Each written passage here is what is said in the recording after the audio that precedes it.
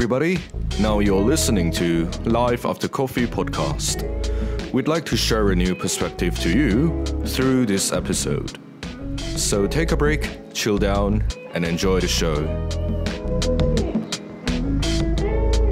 Halo semuanya, welcome to Life After Coffee podcast, dan kali ini gua bersama Larry di sini. Halo. Halo Ler. Halo Brian. Nah, gimana kabarnya? Puji Tuhan baik sampai hari ini. Yang tidak ada apa-apa sih, tapi maksudnya ya sehat selalu lah. Oke. Kalau Brian gimana? Udah enakan badannya? Ya, udah seger lah sekarang. Oke. Nah, jadi sebenarnya gua mau respon ke komen-komenan yang di TikTok gua, yang gua ngepost tentang organisasi ya. Khususnya itu gua minta pendapat dari teman-teman di TikTok. Menurut kalian organisasi itu relevan atau enggak sih gitu. Nah, jadi komenannya itu beragam, beraneka ragam banget. Ada yang bilang relevan, ada yang bilang nggak relevan. Tapi sebenarnya kita bisa kumpulin ini semua. Jadi kita kategorikan kira-kira relevannya seberapa jauh dan alasan kenapa nggak relevannya itu gimana. Itu semua kita kategorikan di podcast kali ini. Ya, jadi kita ngasih perspektif lah ibaratnya di sini ya. Oke, jadi Larry sebenarnya udah ngumpulin semua kategorinya. Mungkin boleh disebutin aja dulu. Oke. Atau dijelasin aja. Ya, oke, iya benar teman-teman. Jadi bagi teman-teman yang follow akun TikToknya Brian, memang ada banyak banget beragam komen mengenai relevansinya di organisasi ini. Tapi kalau yang dari aku lihat sih, itu tuh ada 3 nih teman-teman. Jadi aku ngelihat kebanyakan itu, yang pertama itu minatnya turun terhadap organisasi sekarang. Mungkin ya entah karena situasi sekarang ataupun ya kita nggak tahu gitu karena situasi apa lagi. Dan yang kedua itu juga bisa jadi nggak relevan karena acaranya tuh template. Jadi semuanya acaranya begitu aja semuanya. Terus mungkin banyak birokrasinya, dengan setiap mau mengajukan acara prosesnya panjang segala macem. Terus sulit membangun solidaritas, jelas karena online itu sendiri susah gitu untuk membangun rasa solidaritas. Sama menjunjung tinggi budaya yang sudah dibangun, serta banyak banget orang-orang yang ikut organisasi ya asal ikut aja gitu. Kalau mengenai budaya, mungkin ya entah budaya apa yang sudah dibangun di organisasi itu, baik dari para leluhur, para petua-petua, angkatan-angkatan tua, dan juga yang kalau untuk organisasi ikut ngasal itu memang itu ya teman-teman bisa tahu sendiri lah kalau asal-asalan ya akibatnya apa gitu. Dan yang ketiga itu organisasi kompetitor dan magang. Nah, semenjak program Kampus Merdeka ini, itu udah banyak banget magang-magang yang terbuka, entah itu paid ataupun unpaid, dan mungkin secara pola pikir orang-orang lebih milih pengalaman kerja dibandingkan pengalaman organisasi. Kalau yang aku tangkep ya seperti itu teman-teman. Jadi ada 3. Yang pertama itu minat turun, udah nggak relevan. Ya mungkin yang udah nggak relevan tadi seperti yang udah aku sebutin, sama organisasi kompetitor dan magang. Itu Brian. Oke. Nah, sebenarnya banyak lagi ya alasan lainnya, cuman kita rangkumin jadi 3 itu dulu. Oke, jadi yang poin pertama itu tentang minatnya udah menurun ya. Betul sekali. Nah, kalau menurut lu sendiri, lu lihat nih dari organisasi di kampus kita, minatnya menurun itu emang nyata atau gimana? Sebenarnya dari sebelum offline pun dari sebelum online pun sudah terlihat gitu. Kalau ditanya kenapa anak-anaknya udah turun, karena ini permasalahan dari lingkungan kampus itu sendiri, dari lingkungan organisasi itu sendiri. Karena orangnya itu dia akan pilih orang-orang yang terdekatnya gitu, ngerti nggak sih? Jadi mainnya udah lebih ke kelompok ini, kelompok A, kelompok B, kelompok C. Kalau misalnya kelompok A isinya mayoritas organisasi kelompok A, kalau kelompok B mayoritas kelompok B gitu. Jadi istilahnya ada channel atau ordalnya lah. Makanya benar. Makanya pun kayak orang-orang yang ingin mencoba mencari pengalaman di organisasi pun kadang banyak yang tersingkirkan gitu. Jadi orang-orang mikirnya ini karena temen gue, jadi gue percayalah, padahal belum tentu gitu. kinerjanya sama apa yang dia pikirkan gitu. Bahkan bisa jadi orang yang dia belum tentu kenal pun bisa lebih baik. Nah, jadi ini masih ada ya budaya ini ya, budaya orang dalam gitu, orang-orang terdekat gitu. Jadi perhatikan aja deh, di satu organisasi biasanya tuh gini, yang join itu biasa orang-orangnya sendiri lagi, gengnya sendiri. Nah itu, karena mereka mau kayak quote on quote establish gengnya mereka gitu. Kita tuh kuat di sini. Jadi jadikan organisasi sebagai channelnya untuk menampilin lagi lah gitu, seberapa kuat gengnya itu. Ada yang gitu. Ada yang juga seperti ini, karena minatnya menurun, itu dikarenakan orangnya itu-itu lagi, dan orang lain yang lihat udah bosen gitu. Kayaknya bakal gitu-gitu terus gak sih?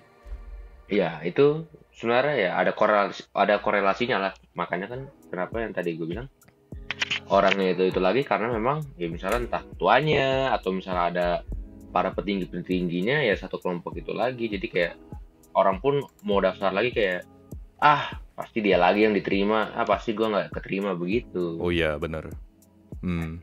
Sama banyak open recruitment tapi ujung-ujungnya orang-orang itu lagi gitu yang dipilih ya. Betul. Ya sedih sih, cuman ya itu kenyataannya gitu.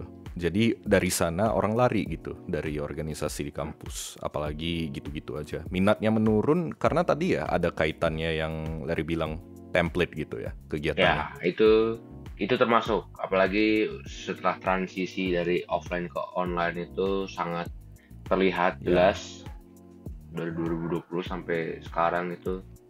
Sekarang nggak tahu ya, kan belum terlihat kegiatan barunya. Tapi maksudnya 2020, 2021 ya begitu aja.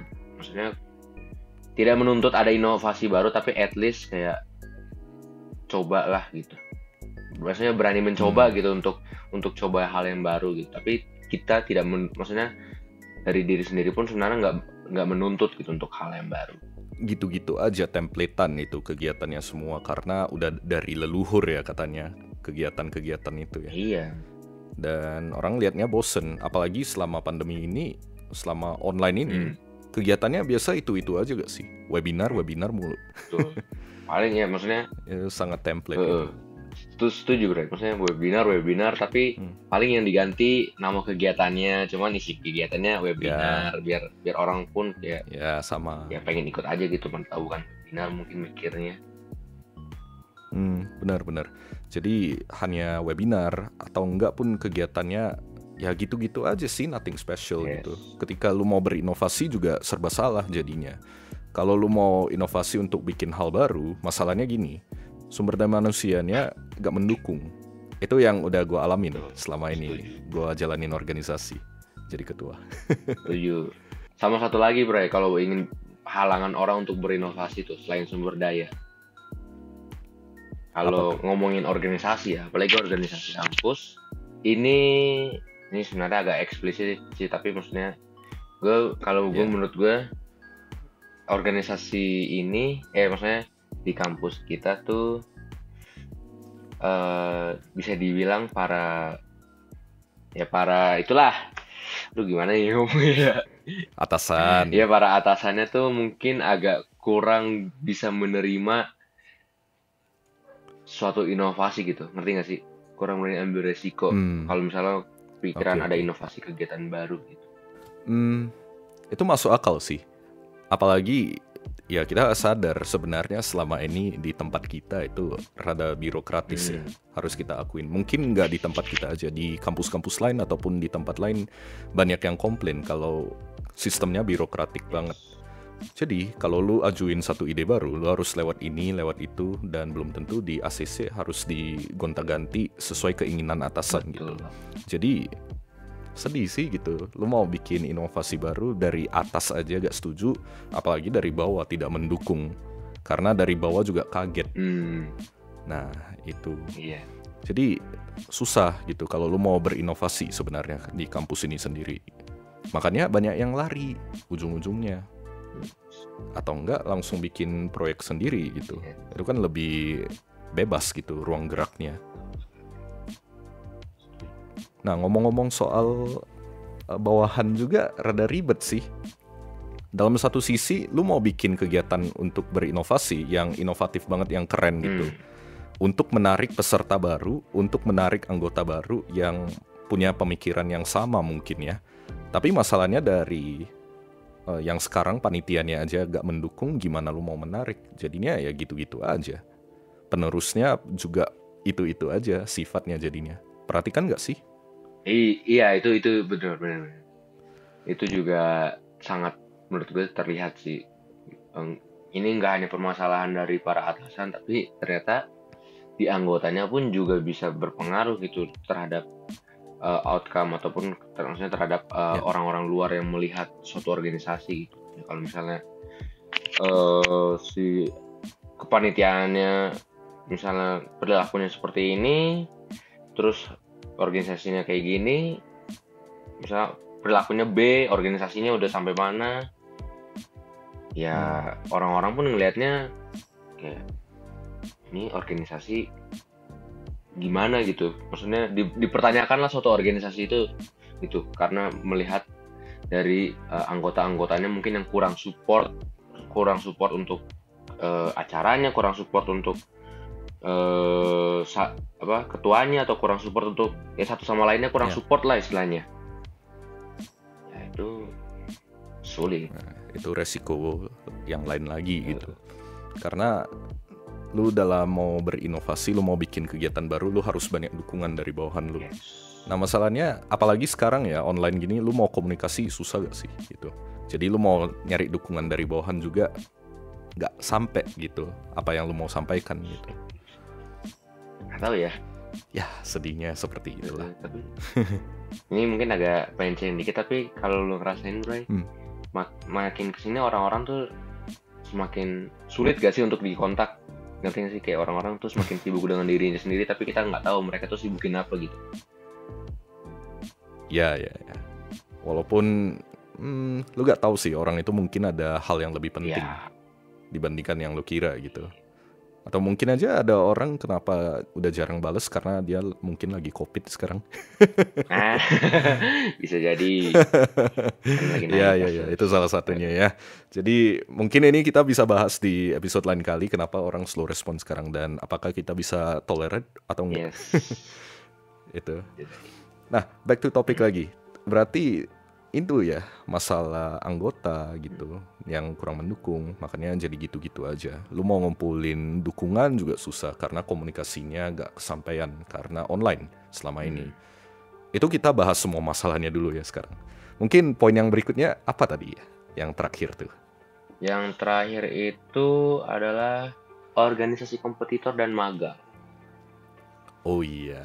Nah, kompetitor dalam arti ini. Kalau teman-teman perhatikan, banyak organisasi eksternal sekarang yang muncul.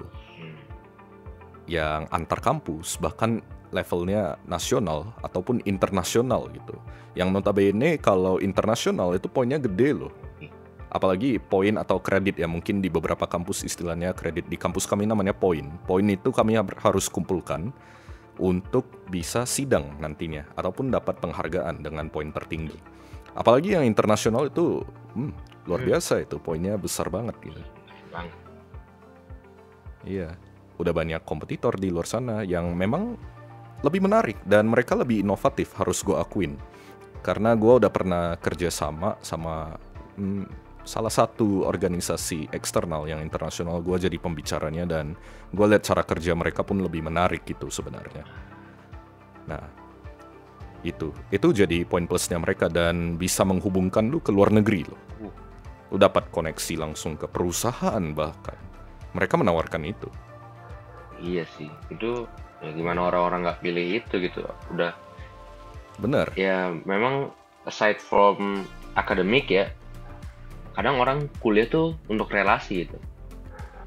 Bener. Jadi relasi. Kalau misalnya apalagi ikut organisasi seperti itu, ada tawaran relasi secara internasional, wah itu kesempatan yang luar biasa sih menurut gue. Ya kapan lagi lo bisa dapat tawaran ke luar negeri, ya kan? Itu beruntung banget lo yang bisa dapat. Kemudian tadi magang ya. Yes. Apalagi lagi ngetren ya sekarang tuh magang semua. Tadi Larry udah sebutin ada program MBKM, program baru dari Kemendikbud sekarang, yaitu Kampus Merdeka ya sekarang. Nah, untuk teman-teman yang nggak tahu, ini kesempatan buat kalian yang masih kuliah ataupun ya for your information buat teman-teman yang udah tamat kuliah. Jadi sekarang tuh ada namanya MBKM. Jadi lu bisa magang langsung dan itu langsung diakui oleh Kemendikbud magangnya. Oke? Dan ketika lu magang, itu semua bisa dikonversikan jadi SKS kuliah. Itu keren banget. Gue suka ide itu sebenarnya. Jadi lu gak usah kuliah, lu magang, lu dibayar, dan lu udah dapat apa ya, grade ya dari SKS-nya, dari nilai ya, gitu ya. Ada penilaian dari nilai yang sudah dikonversikan ke program magangnya gitu. Jadi ya justru itu menarik. iya benar. Jadi teman-teman nggak usah, ya mungkin yang magang ada capeknya gitu, tapi kan bagi teman-teman yang tidak mau belajar untuk kayak kuis ataupun ujian, jadi maganglah teman-teman. Tapi perlu diingat minimal semester 5. Ya, minimal semester 5 dan tergantung jurusan kalian. Kebetulan psikologi kurang cocok ya, psikologi kita. Yes. Ya dilihat dari kurikulumnya juga kurang lah gitu. Kurang. Jadi itu sih ya tidak perlu dibahas panjang lebar lah soal tempat kuliah kita.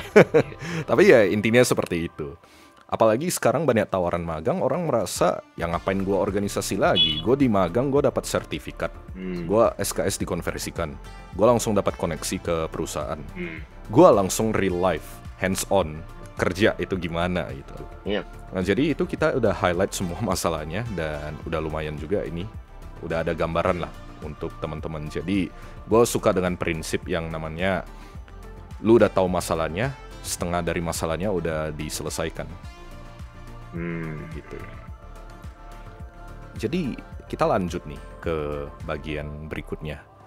Dengan kita tahu itu semua masalah yang ada, gimana nih solusinya untuk organisasi sekarang? Ataupun pesan yang lu bisa sampaikan buat organisasinya lu. Oh ya, for your information, Larry ini anggota HIMA sebelumnya. Iya benar teman-teman. Iya. Jadi gimana Larry? Ya kalau misalnya disuruh, tadi kan kita udah ngomongin permasalahannya beberapa itu, dan kalau misalnya tanya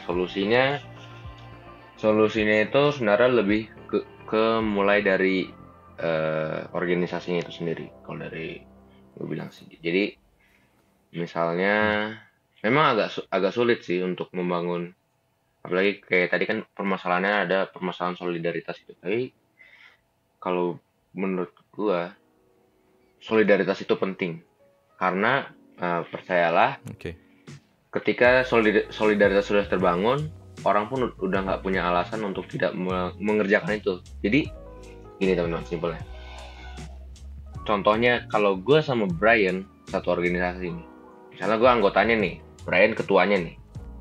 Kalau misalnya Brian berhasil membuat seluruh anggotanya solid, ya akrab dan segala macam, ya gue pun jadi nggak merasa gue ikut HIMA karena pengalaman lagi gitu. Jadi gue ikut HIMA karena gue pengen bantu Brian, atau gue ikut HIMA karena gue ingin memajukan ini, memajukan itu. Jadi lebih ke bangun dulu ikatan emosionalnya, baru masalah profesionalitas itu juga bisa dibangun bareng-bareng. Kalau misalnya semuanya itu mau diajak bareng-bareng, itu sih yang paling penting. Berarti solidaritas antar anggota ya, antar pengurus juga. Yes. Ikatan emosional juga itu penting ke organisasinya biar lebih engage ya, istilah kerennya itu. Ya, berarti Larry udah kasih tahu ya, jadi ada ikatan emosional, solidaritas antar pengurus dan anggota ya di dalamnya. Nah, masalahnya gini Larry, online gini susah loh, susah banget. Itu dia challenge-nya. Iya. Apalagi orang punya kesibukan sendiri yang tadi lu bilang gitu. Iya sih. Kalau misalnya orang-orang nanya, kan misalnya tadi kan gue udah jawab itu, terus ditanya lagi, tapi kan kondisinya online, gimana dong cara ininya? Nah, jujur belum tahu, belum dapat jawabannya. Jujur belum tahu dong. Oke, nggak apa-apa. Karena memang kalau misalnya di apa selama apalagi selama menjabat gitu ya. Kalau ngomongin organisasi terus kayak untuk ngomong solidaritas itu lebih itu tuh prosesnya menurut gue panjang. Jadi ya kalaupun cepet ya kondisinya kudu offline, harus offline dulu karena maksudnya kan kita sering berinteraksi gitu. Jadi kayak pasti teman-teman bakal ketemu di entah sama kakak tingkat atau adik tingkat di kampus gitu. Jadi ada setidaknya ada secara fisik tuh bertemu gitu. Tapi kan kalau secara online tuh sulit gitu. Apalagi ya tadi ngomongin orang-orang punya kesibukan sendiri itu sulit banget. Jadi ya, gamblingnya adalah kalau sekarang itu bangun solidaritas tapi acaranya ya apa adanya lah istilahnya, atau ya kita istilahnya kasarnya antar panitia nggak saling deket tapi ya acaranya bisa berjalan dengan baik gitu. Misalnya ya ketuanya punya punya gambaran acaranya pengennya sebesar ini gitu. Ya tapi kalaupun misalnya selama panitianya itu ya anggapnya nggak solid lah, tapi ya udah bisa ngerjain bisa menjalankan tugasnya masing-masing dan berhasil, ya itu ya good gitu. Ya cuman ya akhirnya ya udah selesai sampai di situ aja gitu. Jadi nggak ada dibilang dapat relasinya pun enggak gitu. Nah, karena menurut gue kalau relasi pasti minimal ya kenal lah satu sama lain. Iya, benar. Ya susah sih, cuman beneran kita gak ada solusi konkretnya untuk selama online ini. Cuman kecuali gini, ya ambil satu waktu untuk ketemu langsung gitu dan ya ngobrol gitu, nongkrong walaupun agak bahaya ya sekarang nongkrong tuh. Banyak teman-teman sekarang pada ngomel-ngomel Omikron, satu-satu dari teman kita udah kena semua gitu. Iya. Ya susah juga sebenarnya. Malah solusi gue gini, ini agak kurang masuk akal kalau hanya sekedar denger, cuman kalau lu pikirin lebih jauh lagi mungkin bisa make sense lah. Kita balik lagi ke prinsip seleksi alam malahan. Oke. Nah, ketika dari awal organisasi udah open registration, udah open recruitment, lu udah bisa milih anggota yang tepat dari awal. Kira-kira dari sifatnya, dari pembawaannya, dari seberapa minatnya gitu, seberapa besar minatnya terhadap organisasi ini dan kegiatannya, lu udah bisa menilai, ini anak kira-kira bakal oke gak nih? Nah, seiring berjalan, ya disclaimer juga ya, dengan catatan tadi banyak banget anggota yang daftar. Jadi mau gak mau juga lu harus bikin marketing lu sebaik mungkin biar orang tertarik untuk masuk organisasi lu. Itu lu kumpulin sebanyak mungkin anggota yang daftar. Lu seleksi lagi. Oke, terima aja sebagai anggota, tapi nanti waktu udah kerja, misalnya bikin kepanitiaan atau kepengurusan, itu lu bener-bener seleksinya lebih ketat lagi. Nah, seiring berjalan kita mau gak mau harus gugurkan beberapa anggota. Gitu. Mau gak mau. Karena kita dengan menggugurkan anggota, kita bisa langsung mengeliminasi gitu loh. Mengeliminasi orang-orang yang gak perlu, yang ngacoin gitu ibaratnya. Ngerti gak? Paham sih, cuman tapi menurut gue ini gue ngasih pandangan ya. Menurut gue cara lu dengan solusinya yang seperti itu nggak semua organisasi cocok gitu. Contoh gue Hima. Kalau misalnya di Hima itu menjalankan apa yang lu bilang, misalnya proses pengguguran gitu kayak eliminasi selama menjadi anggota gitu contoh. Ntar ya kalau dipikir-pikir, anggaplah gue tereliminasi gitu. Ya ntar yang ngurusin untuk kegiatan olahraga siapa lagi gitu. Dikit, emang itu konsekuensinya. Nah, gue coba lanjutin dulu ya. Mungkin bisa disanggah gitu.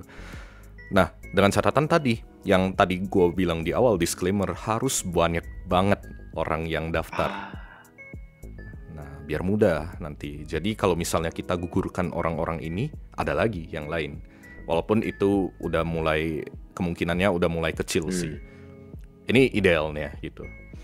Lalu gugurkan, nanti di dalam organisasi itu emang hanya orang-orang terpilih. Dan mau gak mau juga dengan zaman ini, lagi online gini, ketua juga harus nurunin ego. Coret program kerja yang gak penting, yang emang ribet untuk dijalanin. Jangan ambil resiko lagi. Itu salah satu yang gue pelajari selama gue jadi ketua. Untuk program kerja yang gak perlu, lu eliminasi aja. Biarkan orang-orang, memang sedikit nanti akhirnya, tapi lebih baik sedikit tapi efektif. Yes. Sebenarnya gitu. Mau gak mau sih harus ngelakuin itu sekarang tuh. Lebih ketat lagi. Namun ya gimana lu bikin semenarik mungkin. Gak kalah menarik daripada tawaran-tawaran organisasi di luar. Ataupun magang misalnya. Magang itu mah udah wajib. Cuman gimana lu menarik mahasiswa yang masih semester bawah. Nah itu sebenarnya target market kita udah harus jelas untuk organisasi. Ini saran juga untuk organisasi-organisasi kampus. Target market kalian benar-benar kalian perhitungkan mahasiswa baru semester 1, 2, 3, 4. Itu kalian targetin baik-baik. Kenapa? Kalian nggak perlu habisin tenaga untuk targetin mahasiswa tingkat atas. Nggak guna. Iya. Oke. Lu cukup targetin mahasiswa tingkat bawah. Nah, tingkat bawah itu kan masih ikut-ikut nih. Kata cutting ini ikut aja. Nah, jadi kalau udah dapat mereka, ya bakal terseleksi lagi nantinya.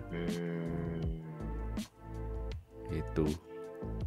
Seiring waktu berjalan bakal terseleksi. Kira-kira ini dia bakal jalan terus di organisasi ini atau yang lain. Gitu. Kalian sesuaikan kegiatan kalian semenarik mungkin untuk mahasiswa tingkat bawah. Itu aja dulu.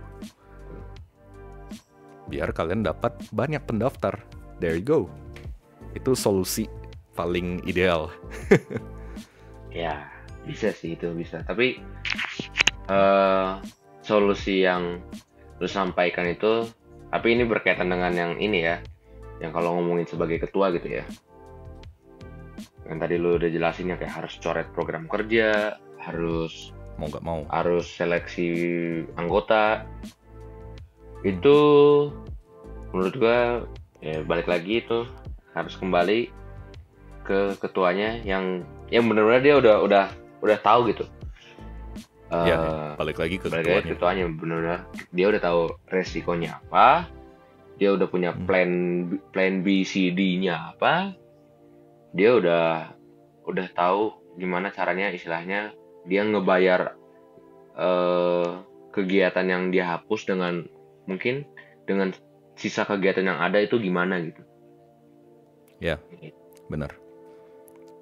Ya itu sih, itu solusi singkat dan cukup impromptu ya solusinya. Baru kepikiran aja kebetulan, jujur aja nih. Nah, itu solusi yang tadi, solusi singkat yang gua kasih itu sebenarnya untuk skala yang lebih besar. Kalau yang Larry tadi lebih ke internal dibandingkan eksternal sebenarnya itu. Gitu sih. Nah, jadi itu kesimpulannya dari masalah organisasi gak relevan gitu ya, yang banyak dibicarakan di TikTok gua di komennya. Dan kita kasih solusi untuk teman-teman yang masih semangat jalanin organisasi. Pokoknya semua organisasi itu emang ada purpose-nya, ada tujuan. Jangan merasa gara-gara banyak saingan, orang pada ceng-cengin anak organisasi kayak ngapain gitu loh. Ya bodo amat gitu loh. Yang penting kalian tahu purpose kalian di sini, kalian ngejalanin organisasi ya jalanin aja. Walaupun ada kompetitor lain, ya kalian harus terima kenyataan itu karena zaman udah berubah. Kita kampus sekarang udah gak kayak dulu gitu. Sekarang orang mau ke eksternal aja udah mudah banget gitu, dan justru lebih laku itu kalian harus terima kenyataannya. Dan semangat aja terus untuk bikin kegiatan yang menarik gitu. Dan saran gue jangan bikin webinar mulu ya. Yes, setuju. Tolong ya. Sama ini gue orang bosen jujur. mau nyampein sesuatu. Gimana? Yang tadi berkaitan sama yang lo omongin ya, buat teman-teman, organisasi itu nggak hanya di kampus. Organisasi itu yang tadi kita udah bahas ada di luar kampus juga, dan banyak. Ya, Ini pesan aja sih. Dan kalau misalnya teman-teman yang mungkin mau lari ke magang, tapi magang juga mau apa, persyaratannya harus punya pengalaman organisasi. Ya teman-teman, kalau nggak dapet di kampus, cari di luar. Nggak dapet di luar yang pertama, cari lagi di luar. Pokoknya tetap coba terus saya cari teman-teman, karena ya, percayalah, se se serumit-rumitnya, sekesal-kesalnya atau seburuk-buruknya organisasi, teman-teman bakal dapat sesuatu di organisasi. ya. At least ada satu hal yang penting lah, Yes. gitu. Gitu. Gitu. Jadi gitu aja episode kali ini untuk bahas organisasi kampus. With me, Brian Jonathan and Larry. Dari Jonathan juga, pamit undur diri. Oke, pamit undur diri. Bye-bye. Dadah.